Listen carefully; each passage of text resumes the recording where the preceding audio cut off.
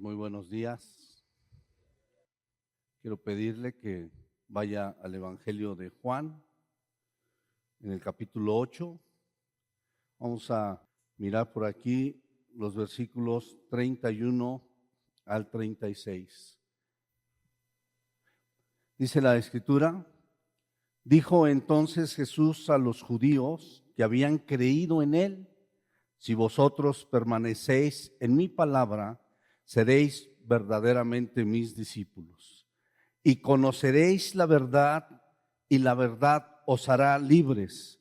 Le respondieron: linaje de Abraham somos, y jamás hemos sido esclavos de nadie. ¿Cómo dices tú, seréis libres? Jesús les respondió: de cierto os digo, que todo aquel que hace pecado, esclavo es del pecado. Y el esclavo no queda en la casa para siempre, el Hijo sí queda para siempre. Así que si el Hijo os liberare, seréis verdaderamente libres. Señor, te damos gracias en esta mañana por tu palabra. Queremos poner nuestras vidas delante de ti, nuestro corazón, todo lo que somos, Señor, rinda homenaje a ti, Padre, y podamos ponernos ante ti para escuchar, para discernir, pero sobre todo para establecer tu palabra en nuestros corazones. Permite que tu Espíritu Santo en esta hora sea quien dé a nosotros esta palabra, quien pueda infundir, Señor, esta verdad, quien pueda revelarnos, Señor, tu palabra, para que entonces pueda tener, Señor, fruto en nuestras vidas, que sea establecida conforme a tu voluntad, y que permita, Señor, que esta mañana yo exponga tu palabra conforme a tu voluntad. No permitas que haya ninguna interferencia humana, personal, sino simplemente pueda ser portador de tu palabra, tal cual, Señor, tú la has puesto y tal cual la quieres mostrar a tus hijos. Gracias te damos, Señor, por tu bondad, por tu amor y todo lo que tú haces a través de tu palabra con nosotros, mi Dios. Amén. Podemos ver en este pasaje que Jesús les está hablando a los judíos que habían creído en él. Estas palabras que realmente generan un principio de vida, una verdad correcta, algo que realmente es aliciente para la vida del creyente, porque les dice: y conoceréis la verdad, y esta verdad os hará libres. Sin embargo, ellos no se sentían esclavos. Ellos decían: somos hijos de Abraham y nunca hemos sido esclavos de nadie. ¿Cómo tú vienes a decirnos que nos vas a dar la libertad? No, ellos sentían que estaban correctos, ellos pensaban que su posición era buena, porque además eran del pueblo escogido por Dios, y ellos sabían que Abraham, que era realmente el hombre, el padre de la fe, ahora ellos podrían ser de alguna manera descendientes de este linaje, y ellos se sentían especiales. Entonces, ¿cómo vienes tú a decirnos que nos harás libres? Y conoceremos la verdad, y esta verdad nos hará libres. Entonces Jesús les contesta muy elocuente, ¿no? El esclavo sale de la casa, no es parte de la casa.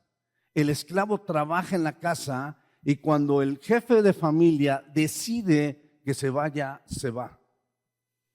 El hijo se queda. El hijo es parte de la familia.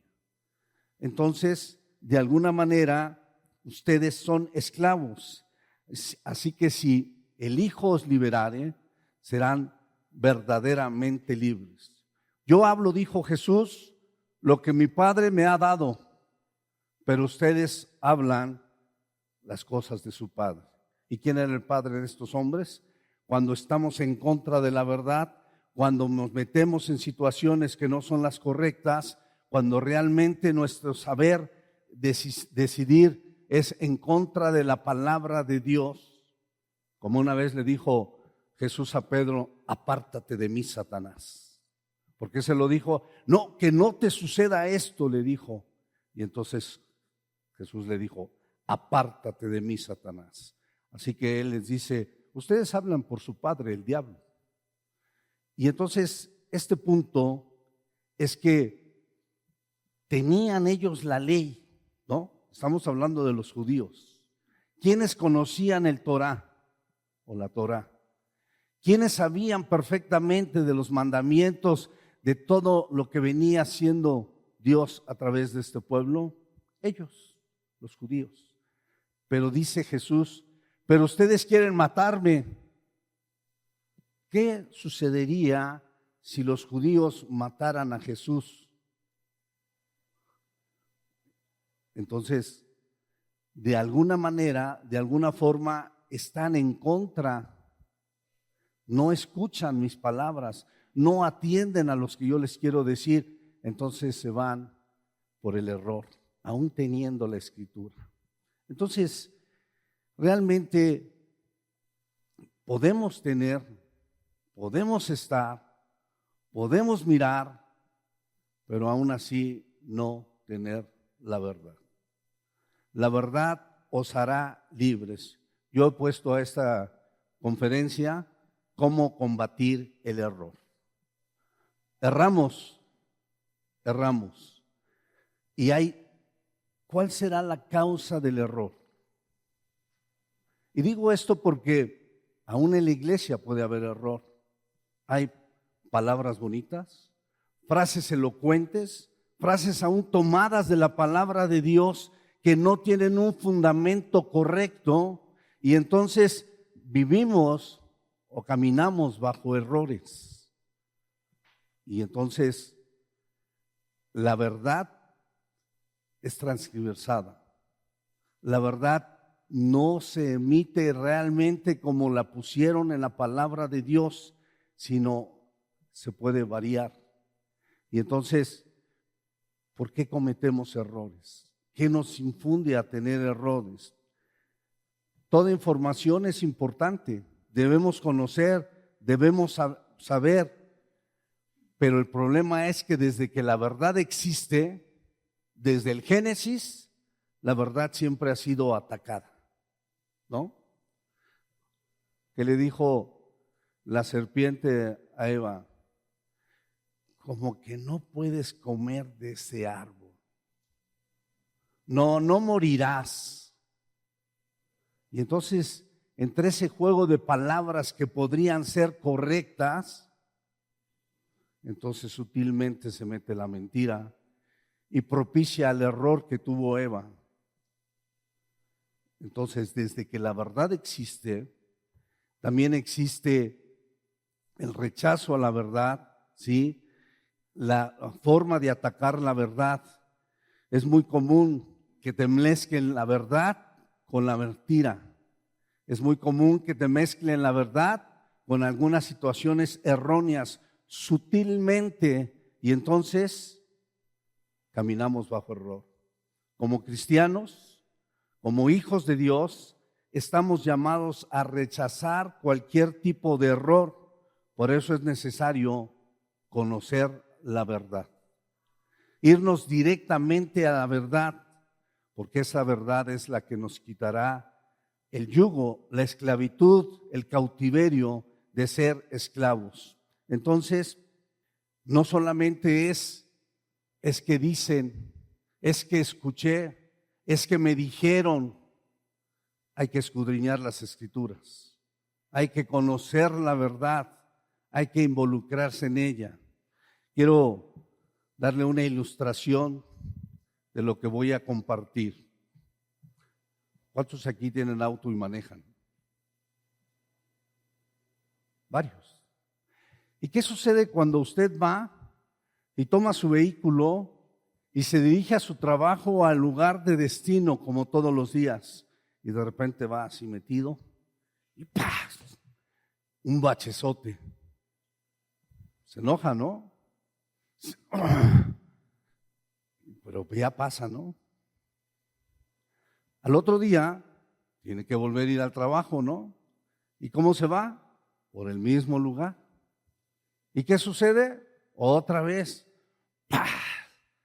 Y entonces se enoja, pero pero como que empieza a reflexionar y dice, tengo que hacer algo, ¿no? Mañana sí me voy a fijar en este bache. Mañana voy a ponerme atento. Llega al trabajo, desarrolla su labor y todo. ¿Y qué sucede al tercer día? Vuelve a ir al trabajo. ¿Y qué cree que va a pasar? Otra vez cayó en el bache. Y entonces ya hay algo que dice, espérate, date cuenta de que algo está saliendo mal. Y entonces no sé qué hace, pero pone en su agenda o le pone un post-it ahí a su carro o pone un letrero, cuidado con el hoyo, ¿no? Hay que tomar conciencia. Al cuarto día, usted sale del trabajo y dice, espérate, hay un hoyo ahí, ponga atención. Y ahí va manejando y está muy atento ahí. Y de repente cualquier cosita lo distrae y todo, y ¡paz! Vuelve a caer. Y dice, ¿por qué caí si yo vi ese hoyo y yo sabía que estaba? Y entonces es una lucha diaria contra ese agujero que está ahí, contra ese bache. Y el quinto día ya usted pone atención y como que lo alcanza a ver y lo esquiva un poco y un poquito menos, ¿no? Y por ahí del sexto o séptimo día empieza a tomar control de las cosas, ¿no? ¿Qué es importante cuando cometemos un error? Darnos cuenta, entender que hay algo que está dañándonos, ¿sí o no? Hay quienes caminan y no ponen atención en esta anécdota que le digo y pueden caer en ese bache N veces, muchas ocasiones, y siguen cayendo y algunos ya hasta su carro anda mal de la suspensión, pero están pensando en otras cosas y no ponen atención a ese bache. ¿Le está lastimando? ¿Le está dañando? ¿Le está perjudicando? Pero seguimos caminando. Entonces, en esta ilustración, yo le diría, ¿qué es importante? Poner atención, darse cuenta de que existe algo que le está lastimando y quizás hasta tomar nota y quizás informarse. ¿Por qué? Porque a veces ya sabemos que hay un bache en Zaragoza, pero no sabemos dónde. Y entonces ponemos, después del metro Guelatao, adelantito por donde está este poste, y empezamos a tomar más información detallada para cuidar ese bache. Solo es una anécdota. Sin embargo, creo que es parte de la vida real. ¿Cuántas veces nosotros como personas seguimos cayendo en los mismos baches?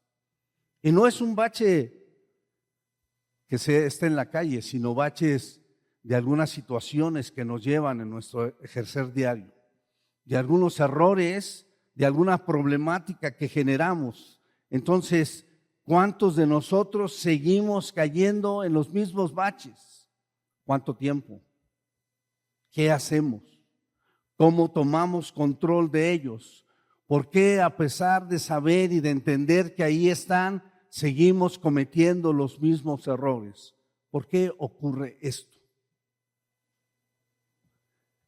Porque usted solo toma conciencia y en el intelecto, en la mente, toma conciencia de que hay un error y no avanza en ello. Es importante informarse, importante la enseñanza, es importante el saber cómo combatir ese hoyo o ese bache que tenemos. ¿Qué se involucra más allá del intelecto? Que en ese sentido es muy, pues como muy superficial la conciencia que hacemos. Estoy consciente que hay un hoyo. Es más, cuando salgo de casa me dicen, ten cuidado porque ahí hay un bache en Zaragoza. Sí, pero yo estoy pensando en otras cosas. Mi intelecto es tan superficial que no me permite introducirme perfectamente al problema que voy a enfrentar. Y ahí se queda. Cada uno de ustedes aseguro que tomaría una posición diferente ante un problema de estos. Hay quienes, como dije, pueden caer muchas ocasiones en ese bache y no darle importancia, ¿no?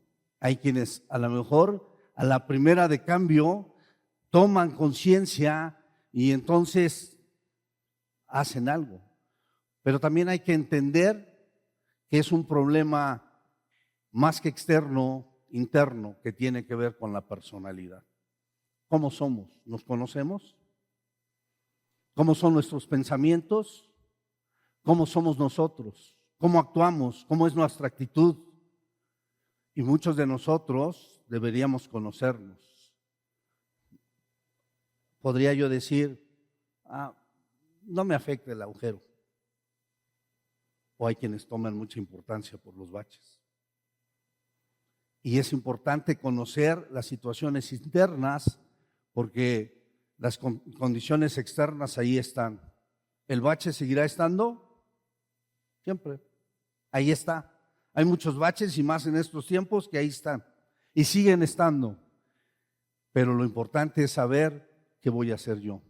Entonces, ¿por qué ocurre que nosotros seguimos cayendo en este bache? El nivel de gobierno que tenemos sobre esta situación tiene que ver con nuestro intelecto y tiene que ver solo con nuestros hábitos. Hasta ese nivel tú estás en la parte habitual de tu vida diaria y no te profundizas y entonces seguirás teniendo ese bache. Todos tenemos baches, de alguna manera decirlo en general, en situaciones que hemos caído.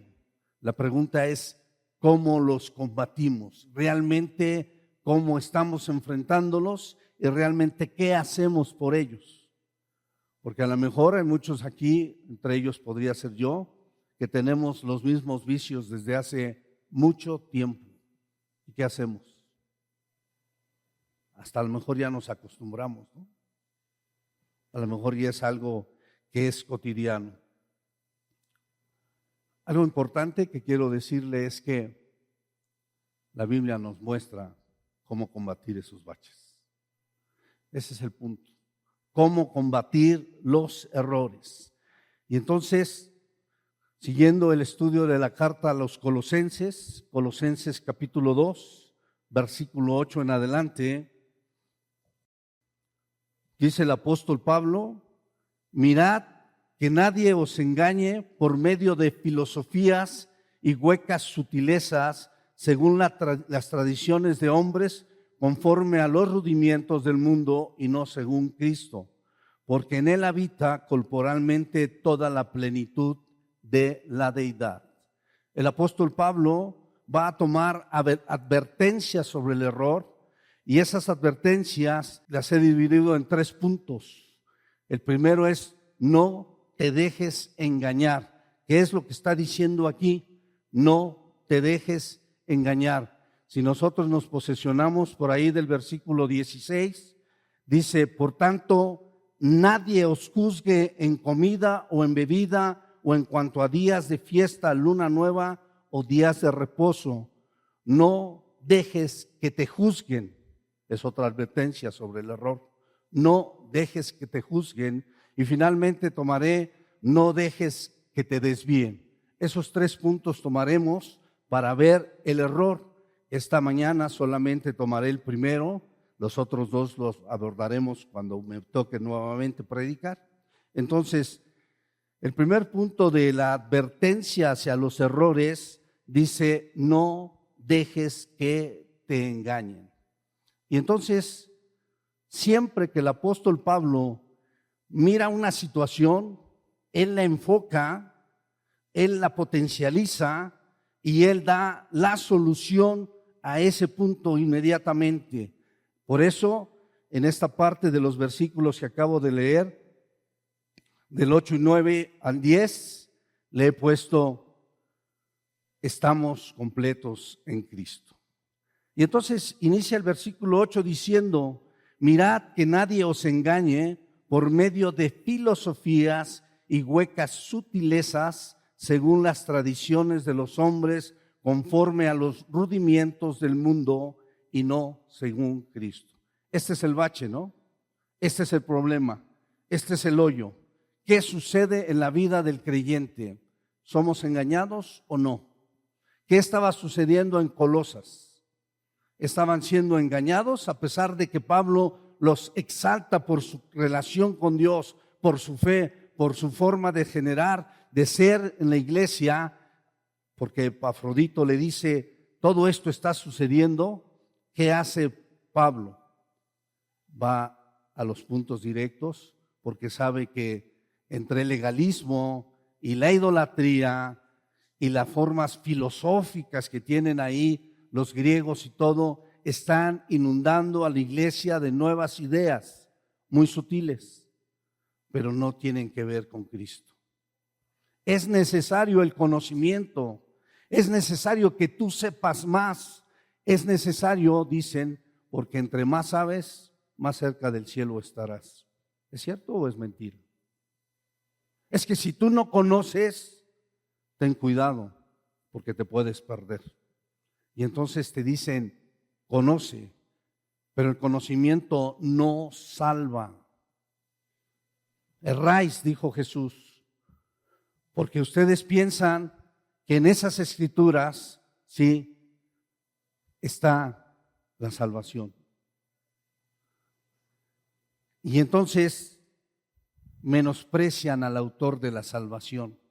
Eso le dijo a los judíos. Y en este sentido, podría decir, el primer error que podríamos tener y que existe mucho en las iglesias el día de hoy es el engaño. ¿Cuántas doctrinas incorrectas puede usted encontrar en las iglesias? Saturadísimo, saturadísimo. Sutiles. No las entendemos quizás o no sabemos identificar los errores y muchas iglesias caminan, creyentes caminan con doctrinas falsas, muy parecidas a la verdad, tomadas de la verdad, pero sutilmente cambiadas, y entonces creemos que eso se da. Entonces, los engaños, veía yo en la reunión algo importante de los jueves que tenemos en casa como paréntesis. Hablábamos del pecado y podríamos ver las consecuencias del pecado, y decía sutilmente y cómo ha afectado al mundo el pecado. Y sutilmente decía, ¿qué decimos cuando alguien se muere? ¿Qué decimos? Dios lo tenga en su santo reino, ¿no? Ya Él está en paz. ¿Es esto? ¿Es bíblico esto? ¿Sí o no? Él ya está descansando en paz, decimos. ¿Es correcto? Investigue qué dice la Biblia cuando tú mueras. Irás al Hades y esperarás el día del juicio. Entonces los muertos, pequeños y grandes, y entonces los que están aquí, y entonces todos seremos llamados. El problema es que el tiempo para nosotros nos hace pensar que van a ser, ¿cuántos años tiene de muerto y está descansando? En un abrir y cerrar de ojos, ellos tomarán un segundo después de la muerte, conciencia, y serán levantados para el juicio. Descanse en paz. Eso de descansar, yo tengo mis dudas, pero solo como paréntesis. Entonces, el tema aquí es el error. Y existe bíblicamente, según el apóstol Pablo, 2 puntos donde podemos tener errores. Firmemente él habla de 2 puntos con mucha sutileza: las tradiciones de los hombres y los rudimientos del mundo. Las tradiciones de los hombres y los rudimientos del mundo. ¿Qué le dicen a usted cuando alguien le habla de la palabra de Dios? No. Yo desde que nací he creído en esto y esto seguiré. ¿Qué es? Una tradición, una forma de pensar, una forma establecida por alguien que queremos mucho, que son nuestros padres, y cómo cambiar de pensamientos. Desde que yo era niño, mis padres me enseñaron, y entonces queremos seguir en ese punto. Pero como aquello del bache, solamente pensamos, ¿y si estoy mal? ¿Y si no es cierto?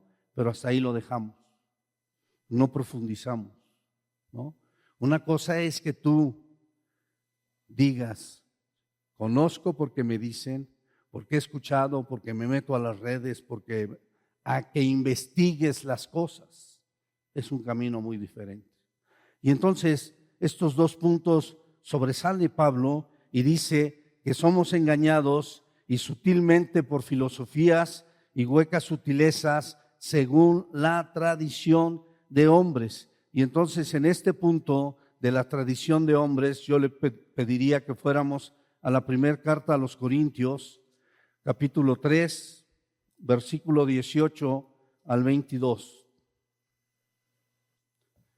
Nadie os engañe a sí mismo. Si alguno entre vosotros se cree sabio en este siglo, hágase ignorante para que llegue a ser sabio, porque la sabiduría de este mundo, ¿qué es? Insensatez para con Dios. Si alguien se cree que sabe, si ustedes pueden escuchar a alguien que dice, no, yo sí sé, más bien tenga cuidado, porque esta sabiduría, la sabiduría de este mundo, es insensatez para con Dios.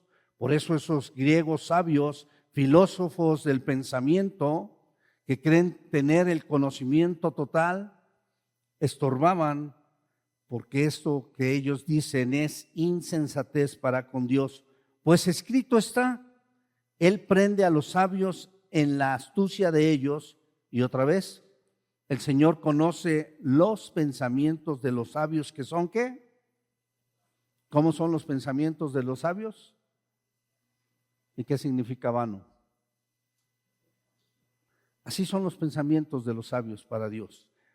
Para combatir esos baches, para combatir esos hoyos, para combatir las situaciones que presentas en la vida, espiritualmente no te sirve la filosofía de los sabios.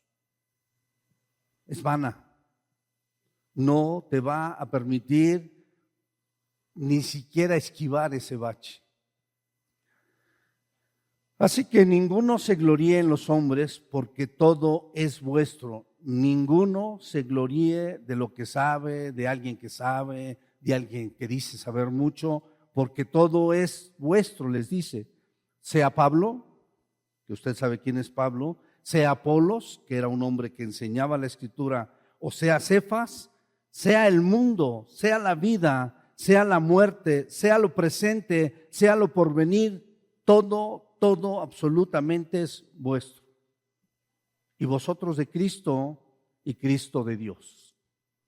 Entonces, cuando nosotros podemos ver aquí la tradición de los hombres, tenga cuidado, porque la sabiduría y el conocimiento no tienen nada que ver con lo que Dios pone en la palabra, en su palabra. Es vacío, es vano. Pero hay algo bien importante. Todo es de vosotros. ¿Puede entender esa frase? Todo es de usted. Todo está en sus manos. ¿Por qué? Por Cristo Jesús y por Dios. Todo nos lo ha dado. ¿Qué baches estás presentando? ¿Qué situaciones estás enfrentando? ¿De qué manera estás combatiéndolo? ¿Pensamientos elocuentes? ¿Ideas maravillosas? ¿O correctamente con lo que hizo Cristo y sigue haciendo por nosotros? Entonces, la parte humana siempre queremos echarle como un poquito más. A veces, al estudiar una palabra, queremos como ponerle un énfasis diferente, una situación más elocuente, algo que llame la atención. Algunos predican hasta haciendo chistes para llamar la atención. Entonces, realmente el tema aquí, claro está, la tradición de los hombres, el conocimiento humano, lo que tenemos como humano, no es algo que te pueda ayudar para combatir los baches que tienes. Ten cuidado porque te puede engañar. Más bien eso es lo que puede suceder.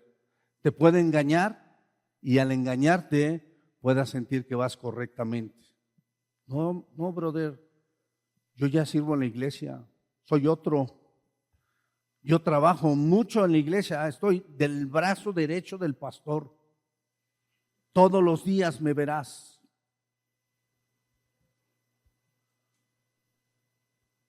A veces el activismo creemos que nos acerca más al cielo. O no sé, muchas situaciones.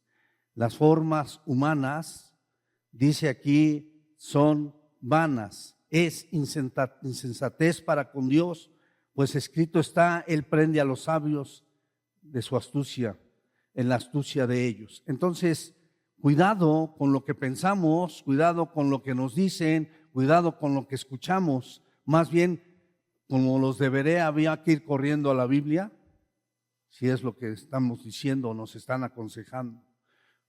No, amiguita. Yo te aconsejo, ¿por qué no le pones un hasta aquí? Porque mira, y entonces empiezan buenos consejos, ¿no? Yo que tú, a tus hijos, porque, y entonces empiezan buenos consejos. ¿Qué dice la Escritura de estos temas?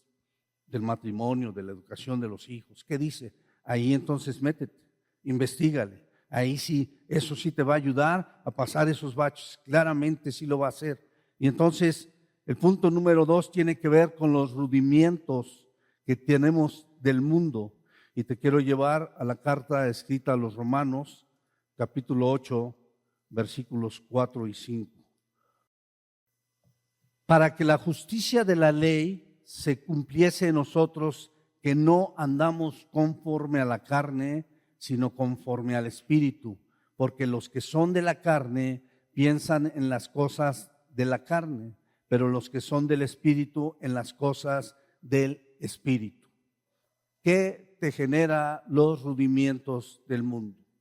Rudimientos tiene que ver con una palabra que es principios o conocimiento básico de algo.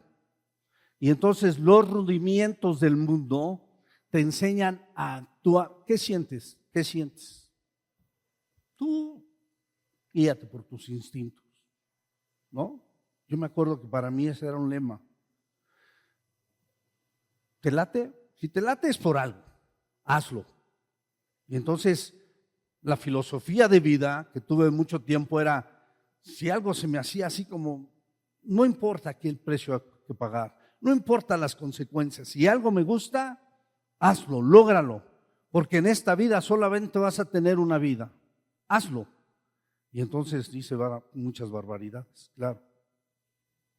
Eso es lo que nos dice el mundo, eso es lo que nos habla el mundo, y la mayoría de las situaciones que tienen que ver con el mundo, tienen que ver con la carne, ¿o no? Y las consecuencias de la carne no te ayudan contra esos baches. Puede ser que tú tengas los mejores rudimientos del mundo. Puede ser que tengas los mejores conceptos de este mundo. Y puede ser que seas una mujer o un hombre de éxito. Y aplaudible y loable.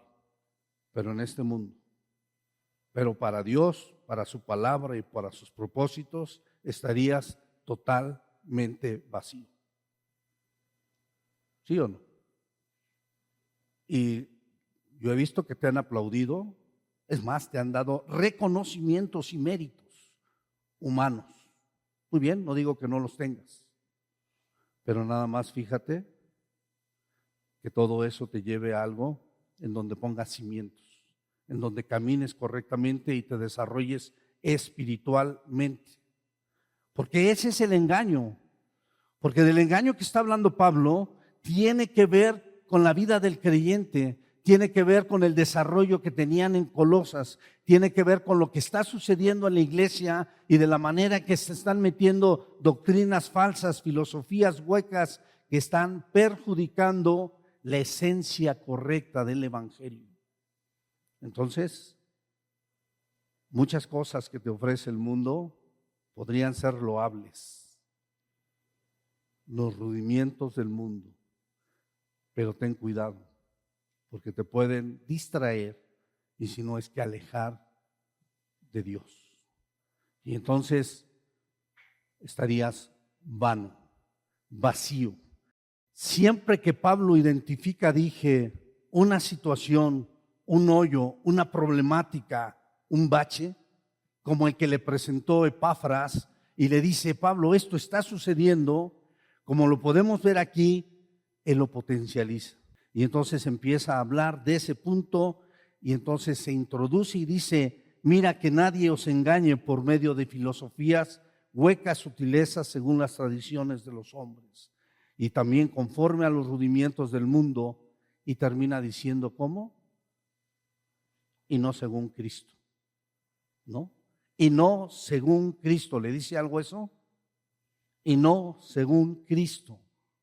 Entonces identifica la situación, identifica el bache, identifica el error y potencializa la solución. Y entonces podemos mirar aquí que hueco o vanidad o vano, ¿a qué significa? Vacío, no hay nada. Y entonces podemos ver el versículo 9. Porque en él habita completamente o corporalmente toda la plenitud de la deidad. Y entonces podemos mirar que tenemos hueco, vano, igual a vacío, contra completos en Cristo. ¿Cuál es la situación? Vacío, vacío, rudimientos del mundo, situaciones humanas, caminar humanamente en este mundo, huecas, ¿qué dice? Huecas, filosofías huecas, sutiles, que te engañan. Cuidado con esos engaños, dice Pablo. Cuidado con sentirte bien, cuidado con pensar que estás correctamente. Más bien ve a la Escritura, porque lo correcto es que estés completo en Cristo. Porque en Él habita corporalmente, en Cristo, toda la deidad.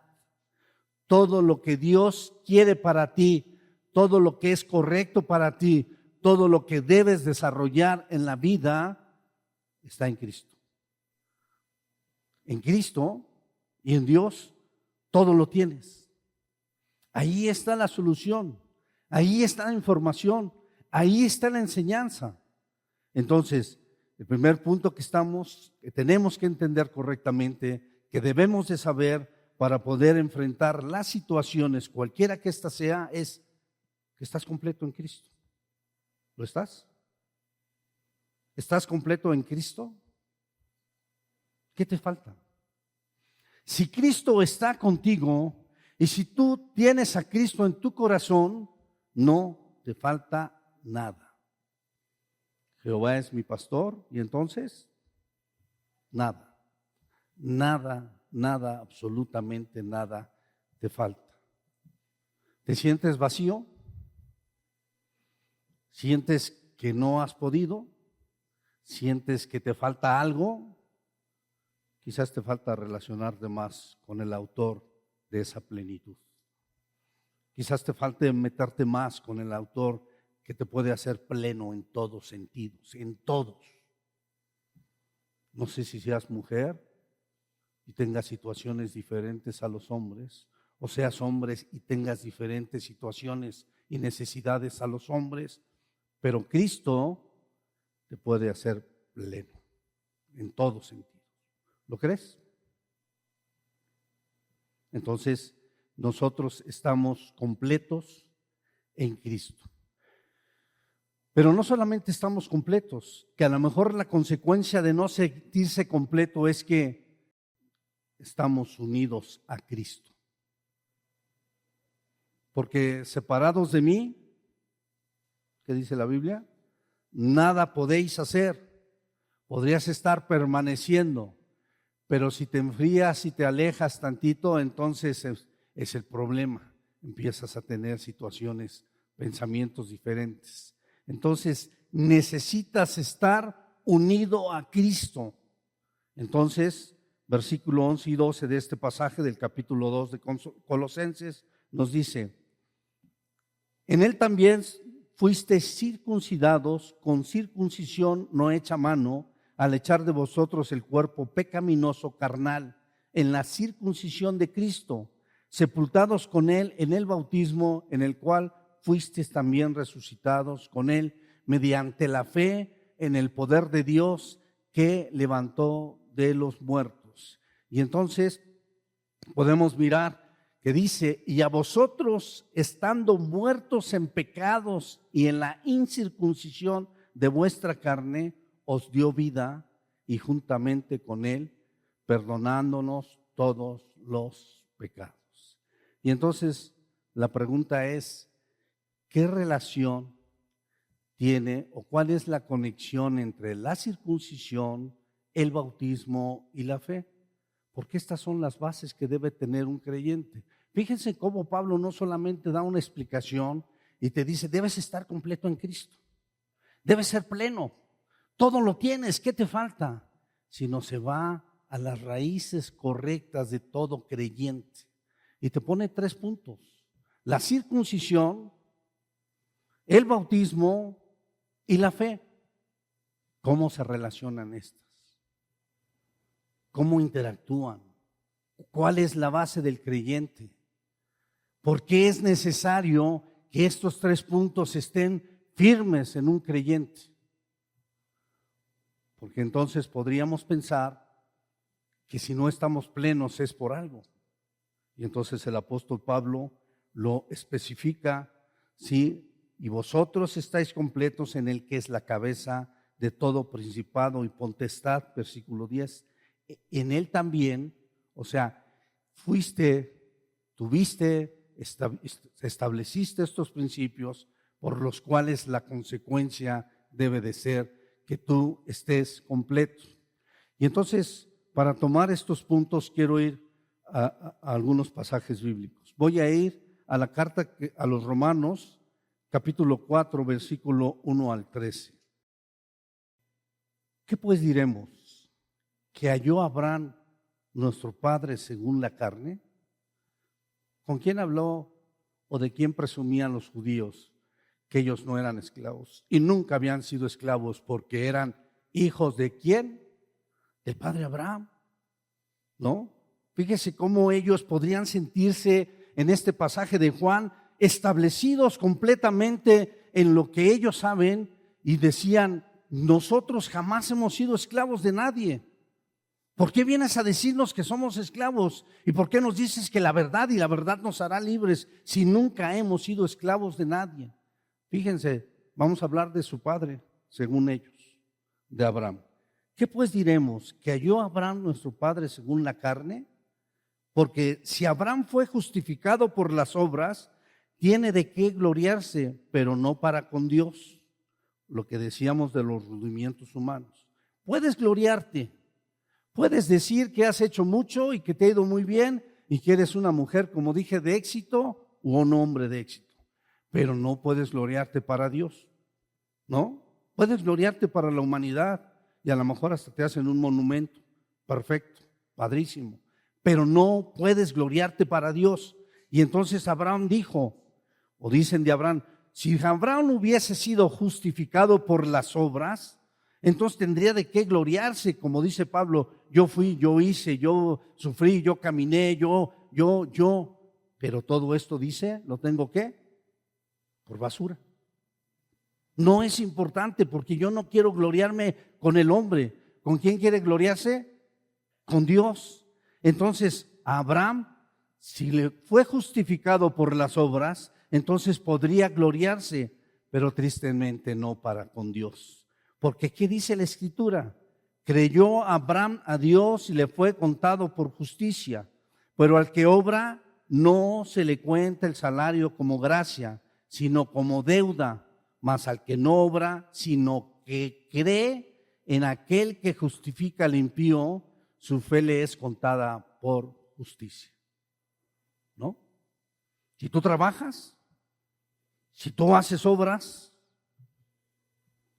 entonces tienes derecho a un salario, porque lo haces. Y lo haces con una consecuencia, que te sea pagado.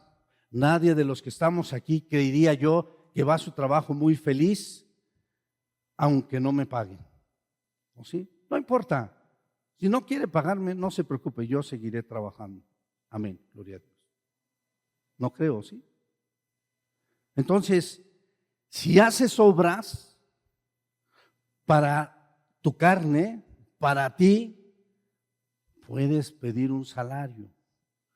Pero aquel que no hace obras o que hace obras no con ese sentido, sino que cree en aquel que justifica, sino la fe, la creencia, lo que nos establece aquí, que muchos aquí hacen muchas cosas, aunque no les den un centavo. ¿Y por qué lo hacemos? Por gracia. Por gracia. Porque damos de gracia lo que de gracia hemos recibido. Y no, ni siquiera pensamos, ni siquiera nos interesa, ni siquiera un pago. ¿Por qué? ¿Por qué con gusto lavas los baños? ¿Por qué con tanto gusto haces de comer? ¿Por qué con tanto gusto haces el aseo? ¿Por qué con tanto gusto te paras aquí a cantar? ¿O por qué con tanto gusto haces lo que haces? Porque glorificas a Dios. Porque ese es el sentido. Tu fe glorifica a Dios. Dice aquí claramente, porque ¿qué dice la Escritura? Creyó Abraham a Dios y le fue contado por justicia, pero al que obra no se le cuenta el salario como gracia, sino como deuda, mas al que no obra, sino que cree en aquel que justifica al impío, su fe le es contada por justicia. Como también David habla en la bienaventuranza del hombre a quien Dios atribuye justicia sin obras, diciendo: bienaventurados aquellos cuyas iniquidades son perdonadas y cuyos pecados son cubiertos. Bienaventurado el varón a quien el Señor no inculpa de pecado. ¿Es pues esta bienaventuranza solamente para los de la circuncisión o también para los de la incircuncisión? ¿Para quién es esta bienaventuranza de perdonarle los pecados? ¿Cuántos de aquí nos han perdonado pecados? Y sobre todo pregunto a los varones, ¿y cuántos se tuvieron que circuncidar? ¿Y creemos que nos han perdonado los pecados aún sin ser circuncidados? Claro, ¿por qué? Porque por fe creo que Cristo ha perdonado mis pecados. No solamente es para los de la circuncisión, sino también para los de la incircuncisión, porque decimos que a Abraham le fue contada la fe por justicia. ¿Cómo pues le fue contada? ¿Estando en la circuncisión o en la incircuncisión? ¿En qué momento? Cuando Dios le dijo en el capítulo 12 del Génesis: vete de tu tierra y de tu parentela al lugar que yo te mostraré. ¿Y qué hizo Abraham? Obedeció, ¿no? Pero antes de eso se fue a circuncidar para que pudiera ser parte del reino de Dios. ¿En qué momento le fue contada como justicia esa fe, esa obediencia, ese creer? Pero también cuando fue y le pidieron que sacrificara a Isaac, él caminó y caminó. Y en el momento de sacrificarlo, cuando su hijo Isaac le dijo: bueno, he aquí las cosas para el holocausto, el fuego y el carnero. Y Abraham le dijo: Dios proveerá para el holocausto. ¿Qué es eso? ¿Lo tenía en las manos? ¿Ya sabía dónde estaba el carnero? ¿No? Es pues la fe, la certeza de lo que se espera. Pero también es la convicción de lo que no se ve. Abraham no sabía, solamente sabía que Dios proveería. Eso era una seguridad. Si tú dices: Dios proveerá mañana, pero tu refrigerador está lleno y tu alacena, gloria a Dios por tu fe. No necesitas fe para eso. Pero hay muchas cosas en donde sí necesitas fe. El problema es es fe. Y entonces el punto aquí es, ¿en qué momento le fue contada por justicia a Abraham su fe? Todavía no estaba circuncidado. Todavía no estaba circuncidado. La señal de la circuncisión vino después. Y recibió la circuncisión como señal, solamente como señal, como sello de la justicia de la fe que tuvo estando aún incircunciso. O sea, cuando él creyó, cuando él tuvo fe, no tenía la circuncisión, para que fuese padre de todos los creyentes no circuncidados, a fin de que también a ellos, ¿qué dice? La fe les sea contada por justicia. Vamos corriendo a decirle a los judíos que no tiene que ver con que sean hijos de Abraham, genealógicamente. ¿Qué los hace hijos de Abraham a ellos y a nosotros? La fe. Pero ellos pensaban que ¿por qué? Alguna vez hemos dicho aquí, ¿qué hace que sean hijos de Dios los hijos de un pastor? Pues mi papá es pastor, por tanto, en automático yo también soy de fe. No es cierto. Entonces, la fe.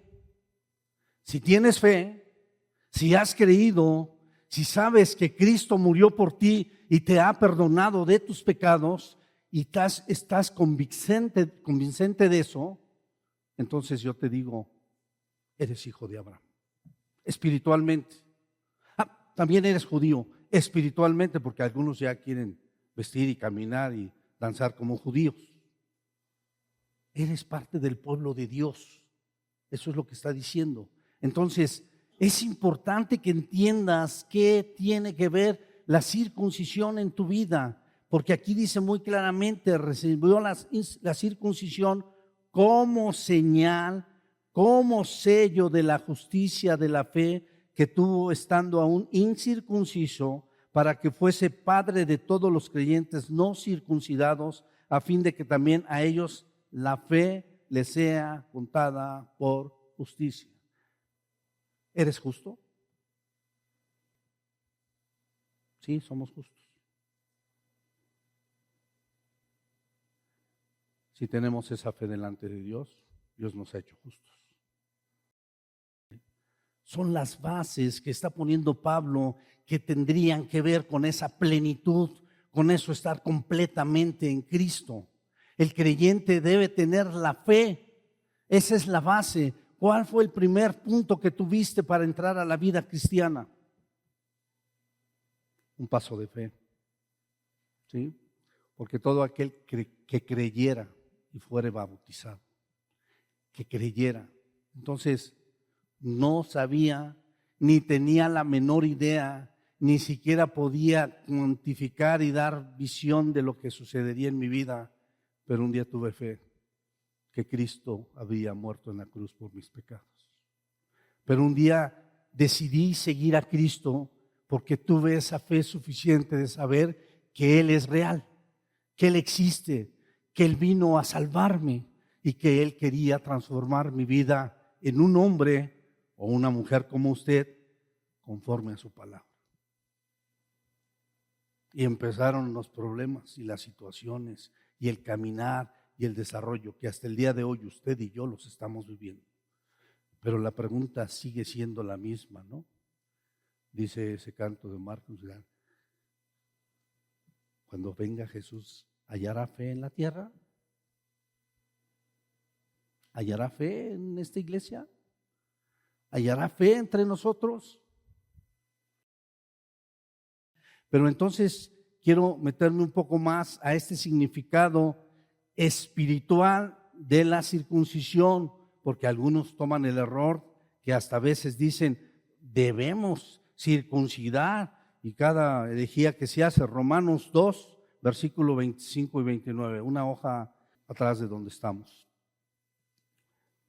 Pues en verdad la circuncisión aprovecha si guardas la ley, pero si eres transgresor de la ley, tu circuncisión viene a ser incircuncisión, o sea, tu obediencia. Si pues el incircunciso guardare las ordenanzas de la ley, ¿no será tenida su circuncisión como circuncisión?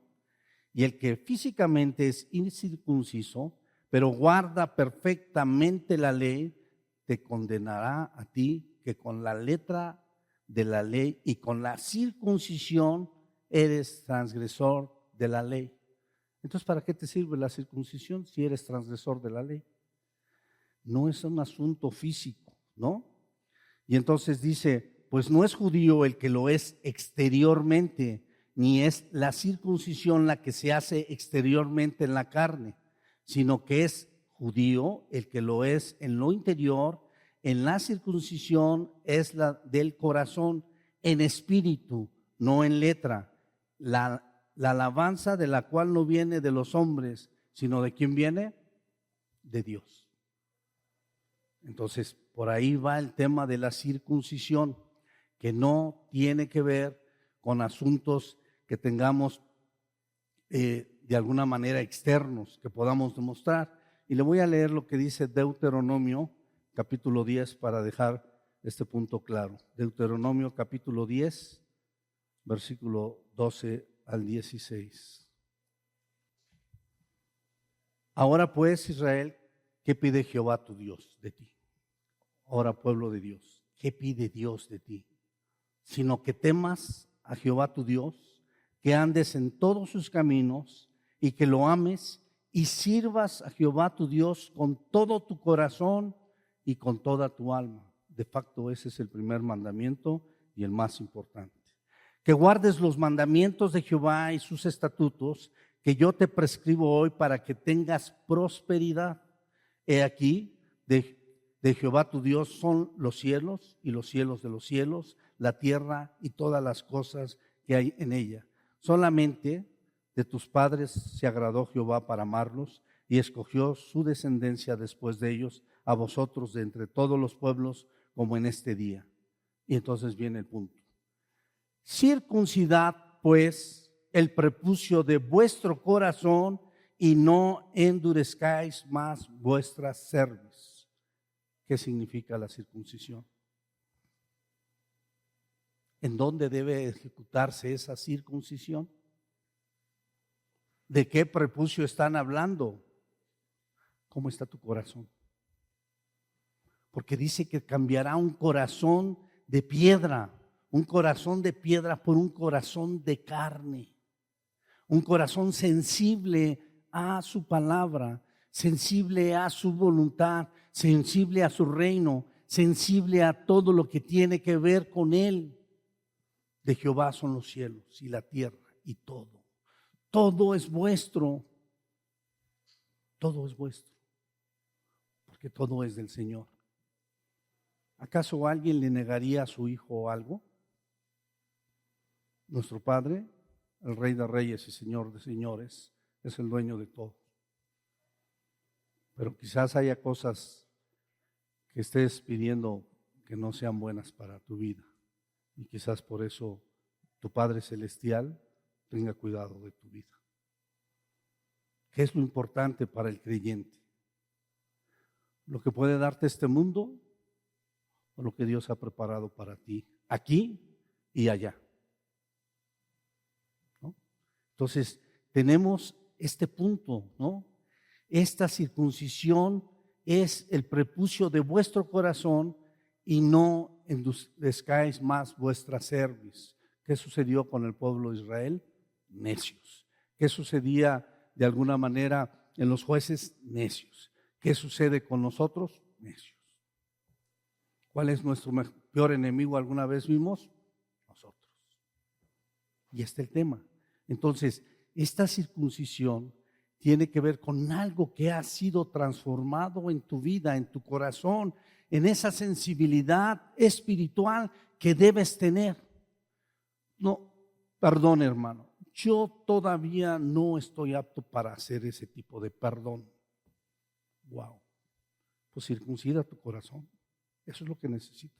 No, hermano, yo todavía no estoy apto para tolerar esas situaciones. ¿Está bien? Wow. ¿Qué me estás diciendo, no? ¿Qué estás declarando? Entonces no hay más que seguir orando para que Dios logre circuncidar tu corazón. Pero si tú no lo dejas, no va a suceder. No va a suceder. Es una lucha. Entonces, por eso habla de la circuncisión. Y esta tiene que ver con el corazón. Identifica lo que es correcto. Toma la posición correcta. Y entonces tienes que pedirle a Dios que te ayude, porque no es una situación falsa. Es algo que estás sintiendo, pero es algo que sabes que está mal. Identificas el hoyo. Ahí está el bache. ¿Cómo me lo quito? ¿Cómo si ya vi que ahí está y otra vez? Pero ahora sí estoy atento y otra vez. ¿Cómo lo quito? ¿Cómo lo hago? La plenitud de Cristo en tu vida cada vez más será lo que logre que vayas avanzando. La información y la enseñanza que tengas de su palabra, y conocerás la verdad. ¿Cuál es la verdad? Ni siquiera mis palabras, ni siquiera lo que se exponga aquí. La verdad es lo que vas a escudriñar aquí, lo que escuchaste y digas, ah, sí, no, yo no estoy de acuerdo con David. Le voy a decir, claro, gracias. Pero esta es la verdad. Esto es lo importante. Y entonces, esa verdad te hará identificar correctamente los puntos. Y a pesar de que yo toda la vida pensé y fui educado y caminé y establecí en mi vida estos principios que eran para mí muy importantes, tuve que derrocarlos, tuve que cambiarlos, tuve que quitarlos. Y no es fácil.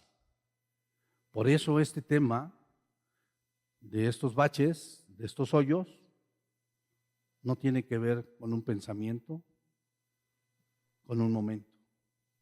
Tiene que ver con un proceso. Y tiene que ver con una relación. Y tiene que ver con un conocimiento y establecimiento de sus verdades, para que entonces con sus fuerzas y con el poder que Dios pueda darme, como a Pablo se lo daba, puedas caminar correctamente. Y entonces te volverás un experto de evadir baches. ¿No? Alguien dijo, bueno, muy fácil, vete por otro lado. Bueno, pero no aprendes. Cámbiate de carril. Bueno, está bien.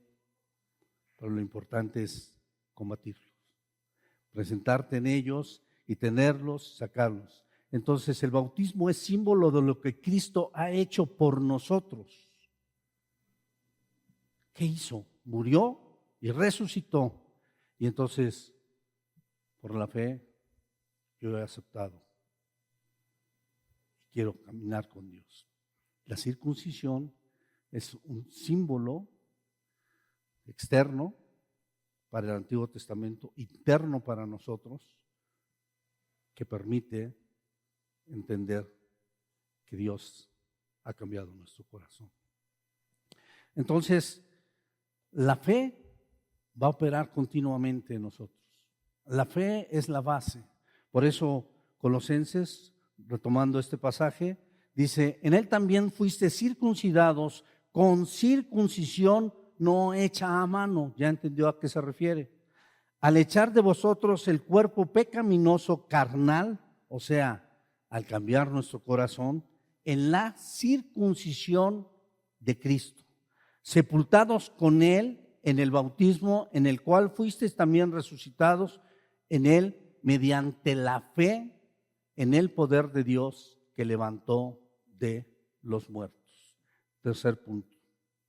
Somos libres en Cristo. Somos libres en Cristo. Versículo 13 al 15.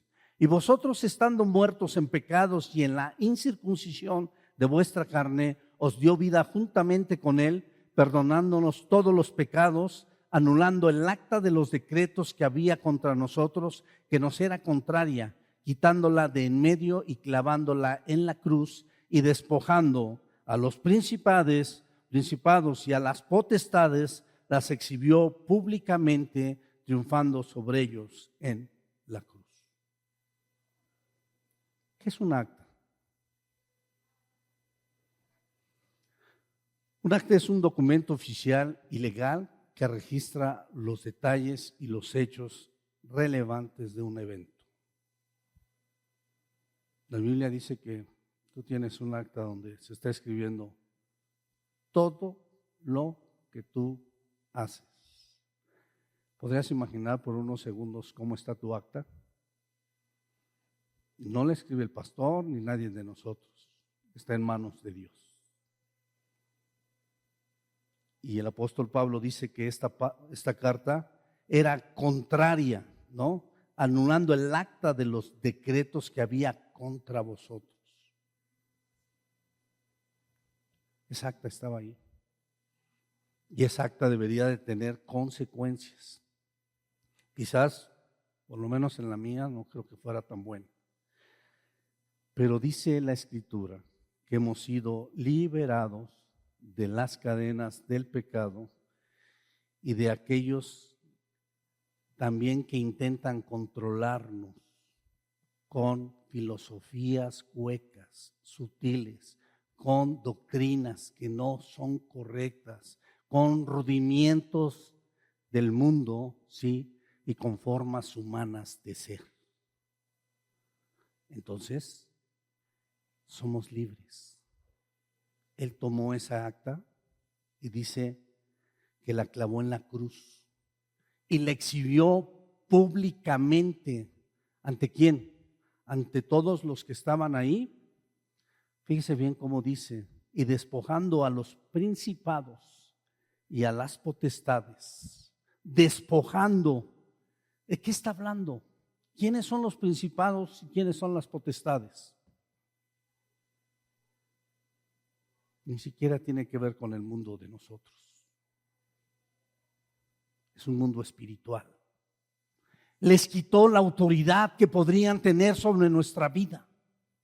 No solamente exhibió esa carta y la clavó y la dejó ahí y nos ha perdonado y nos ha limpiado, sino claramente dice aquí que Él, aparte de anularla, ¿sí?, despojó, les quitó el poder, les quitó la autoridad a los principados que pueden tomar tu vida y a las potestades, y además los exhibió públicamente. Y les dijo y les hizo saber que Él había triunfado en la cruz. Amén, ¿no? Muchas veces les echamos la culpa a otras personas, pero la verdad es que está en nosotros. El gobierno del mal, si tú permaneces en Cristo y te relacionas con Él y tienes una vida plena en Él, no tiene ninguna autoridad sobre tu vida. Ninguna. Fue despojada en la cruz. Y entonces podría decirte, Romanos capítulo 5,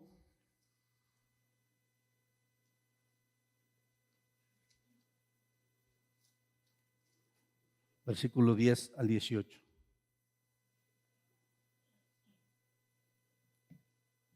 Porque si siendo enemigos fuimos reconciliados con Dios por la muerte de su Hijo, mucho más, estando reconciliados, seremos salvos por su vida.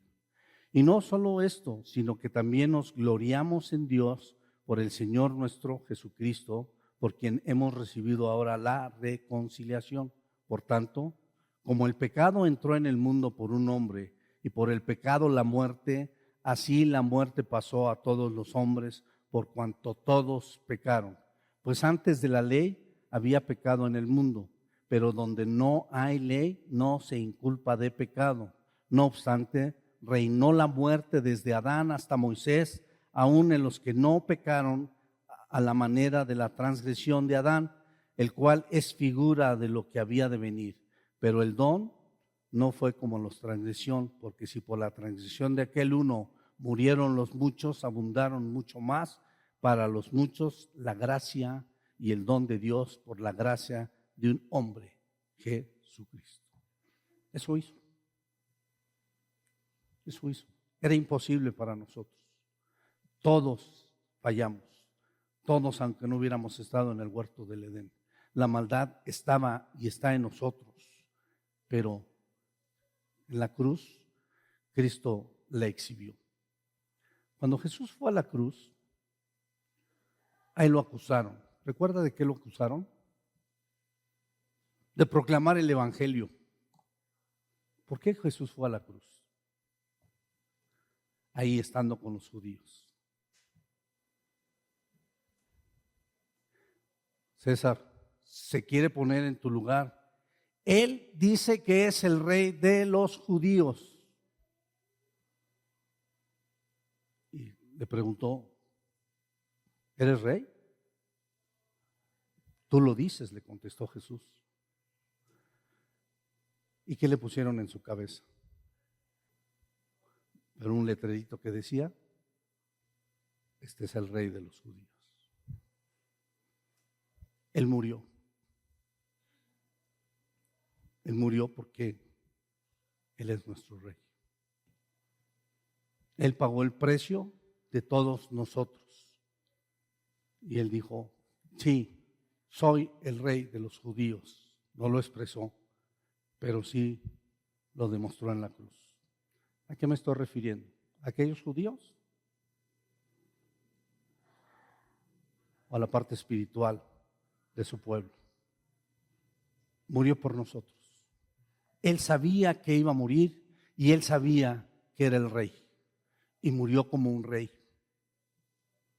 Como un rey, aunque a usted le cueste trabajo pensar.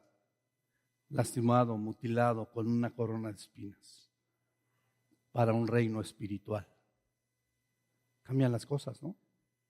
Lo que pasa es que nuestra concepción humana nos dice parámetros del mundo y no parámetros espirituales. Y eso nos lleva a cometer muchos errores. Es que no hay éxito en las iglesias. Están vacías, nomás hay 10 personas. ¿Qué Dios me dirá el éxito de una iglesia a través de las personas que van? Nos falta aquí como que más sonido y nos falta aquí como más luces. Hay que hacer y entonces entramos en aspectos humanos. ¿Eso dice la escritura de la iglesia? ¿Qué debería de preocuparnos? ¿Por dónde deberíamos caminar? ¿Cuál es el sentido correcto de estos hoyos, baches, pozos en que cada uno de nosotros caminamos? ¿Y cómo combatirnos, ¿no? Termino con Efesios, capítulo 2, versículo 1 al 10, un pasaje muy conocido que seguramente no podría obviar.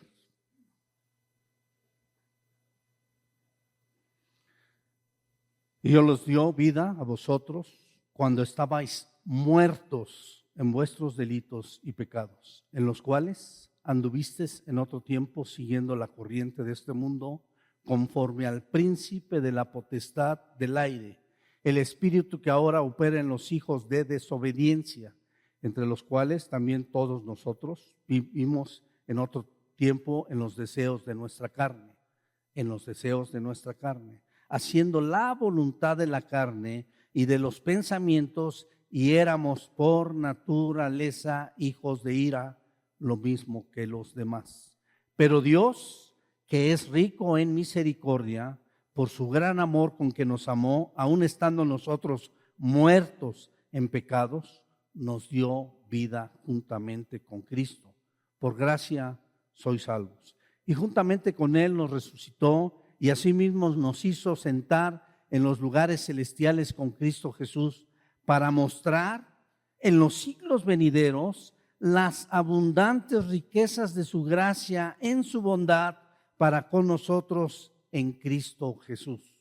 Porque por gracia sois salvos por medio de la fe, y esto no de vosotros, pues es don de Dios, porque somos hechura suya, creados en Cristo Jesús para buenas obras, las cuales Dios preparó de antemano para que anduviéramos en ellas. Entonces, somos libres, ¿no?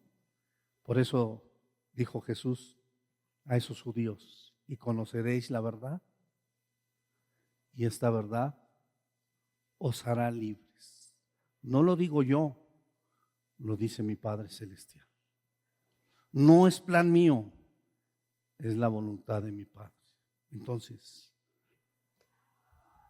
Cristo, somos libres en Cristo.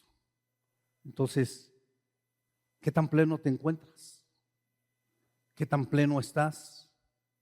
¿Cuántos baches y cuántos hoyos tienes que darte cuenta que están ahí?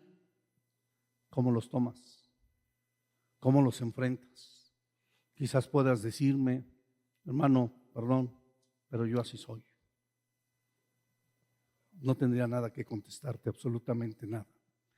Es que yo no voy a tolerarlo. No podría contestarte. Solamente podría pensar que entonces nos falta mucha plenitud, ¿o no? Nos falta mucha circuncisión y nos falta entender correctamente lo que sucedió en ese bautismo con mi vida y entender el punto más relevante de nuestra vida. ¿Acaso cuando le pasemos algo a usted, hallaremos fe o hallaremos rudimientos del mundo o pensamientos humanos? ¿Qué hallaremos?